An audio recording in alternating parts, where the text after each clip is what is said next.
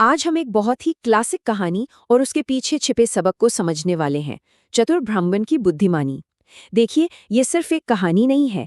ये हमें सिखाती है कि असली ज्ञान, असली समझदारी कहाँ मिलती है। और मजे की बात यह है कि अक्सर ये वहाँ मिलती है जहाँ हम सबसे कम उम्मीद करते हैं। तो चलिए इस कहानी को शुरू करते हैं एक बड़े सवाल से।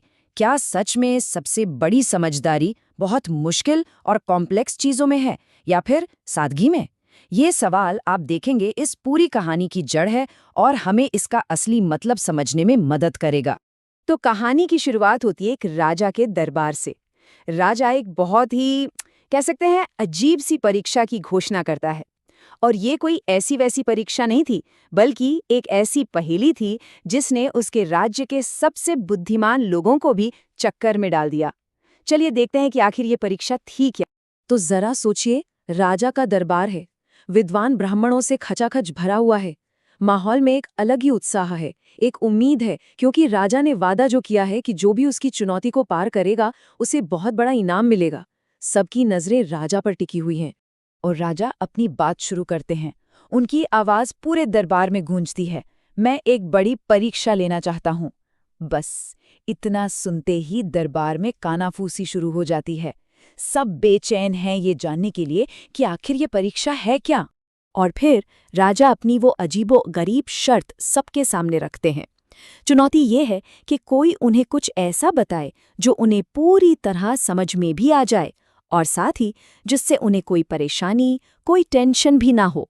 अब ये सुनकर तो सब हैरान है, भाई ये कैसी पहेली है, क्या ये कोई मजाक चल रहा है? जहाँ एक तरफ बाकी सब ब्राह्मण गहरे सोच में डूबे थे, वहीं भीड़ में से एक चतुर ब्राह्मण बड़े शांत भाव से आगे आता है। उसके चेहरे पर बाकियों की तरह कोई परेशानी नहीं दिखती। अब सबकी नजरें उसी पर हैं। देखते हैं कि वो इस नामुमकिन सी लगने वाली चुनौती का सामना आखिर करता कैसे है। यहाँ हमें दो अलग अलग तरह की सोच देखने को मिलती है। एक तरफ ज्यादातर ब्राह्मण थे जो शाही इनाम के लालच में थे और मुश्किल से मुश्किल जवाब सोच रहे थे, और दूसरी तरफ था ये चतुर ब्राह्मण जिसका नजरिया बिल्कुल अलग था। उसने समस्या को लालच से नहीं बल्कि शांति और गहरी समझदारी से देखा। वो चतुर ब्राह्मण पूरे आत्मविश्वास के साथ राजा के पास जाता है और कहता है, महाराज, मैं आपको एक ऐसी कहानी सुनाऊंगा जो समझने में बिल्कुल आसान होगी और आपको कोई तकलीफ भी नहीं देगी। उसका ये सीधा और सरल जवाब ही असल में उसकी बुद्धिमानी का सबसे बड़ा सबूत था। उसने मुश्किल में नहीं, सादगी में हल खोजा। तो ब्राह्मण अपनी कहानी सुनाना शुरू करता है। अब ऊपर ऊपर से तो ये एक बहुत ही साधारण सी कहानी लगती है, लेकिन इसके अंदर एक बहुत गहरा और दमदार मैसेज छिपा हुआ था। चलिए अब जरा उस छिपे हुए सच को सामने लाते हैं। जैसा कि ब्राह्मण ने वादा किया था, उसने एक बहुत ही सरल कहानी सुनाई। राजा को ये कहानी न सिर्फ आसानी से समझ में आई, बल्कि उसे सुनकर वो सच में खुश भी हुआ। मतलब पहली नज़र में ब्राह्मण ने परीक्षा की दोनों शर्तें पूरी कर दी थीं। लेकिन असली जादू कहानी में नहीं था। कहानी तो बस एक जरिया थी। उसके जरिए ब्राह्मण ने राजा को 3 बहुत गहरी बातें सिखाईं। पहली, अपनी असली ताकत और शक्ति को पहचानो। दूसरी, कभी भी उस ताकत का गलत इस्तेमाल मत करो। और तीसरी, हमेशा सोच समझकर विवेक से काम लो।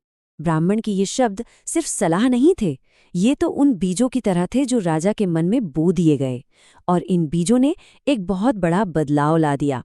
चलिए देखते हैं कि इस साधारण सी लगने वाली बुद्धिमानी ने राजा को कैसे पूरी तरह बदल दिया।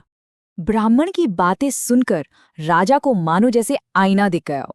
उसे बहुत गहराई से ये एहसास हुआ कि उसका अपना आलस्य, उसकी अपनी लापरवाही ही उसके राज्य और उसकी प्रजा की भलाई के रास्ते में सबसे बड़ी रुकावट थी। ये एक बहुत ही पावरफुल पल था, और इस एहसास का असर फौरन दिखाई दिया। राजा ने अपनी आदतें बदल दी। जहां पहले आलस्य का राज था, अब वहां कामकाज और सही शासन ने जगह ले ली। मतलब ये सिर्फ सोच में बदलाव नहीं था, ये उनके काम में भी साफ साफ दिखने लगा था। तो आखिर इस पूरी कहानी का निचोड़ क्या है? सबक ये है कि सच्ची बुद्धिमानी बड़ी बड़ी और मुश्किल बातों में नहीं है, बल्कि हमारे हर काम में, हर फैसले में सोच, विचार और विवेक को शामिल करने में है। ये कहानी हमें याद दिलाती है कि आलस्य और बिना सोचे समझे काम करना ही असली मूर्खता है। और अंत में ये कहानी हमें एक बहुत ज़रूरी सवाल के साथ छोड़ जाती है। आज की इस तेज तर्रार दुनिया में, जहां सब कुछ इतना कॉम्प्लेक्स लगता है, सोच समझकर और समझदारी से नेतृत्व करने की ये सदियों पुरानी सीख कितनी जरूरी है। चाहे कोई लीडर हो या न हो, ये एक ऐसा सवाल है जिस पर हम सभी को सोचना चाहिए।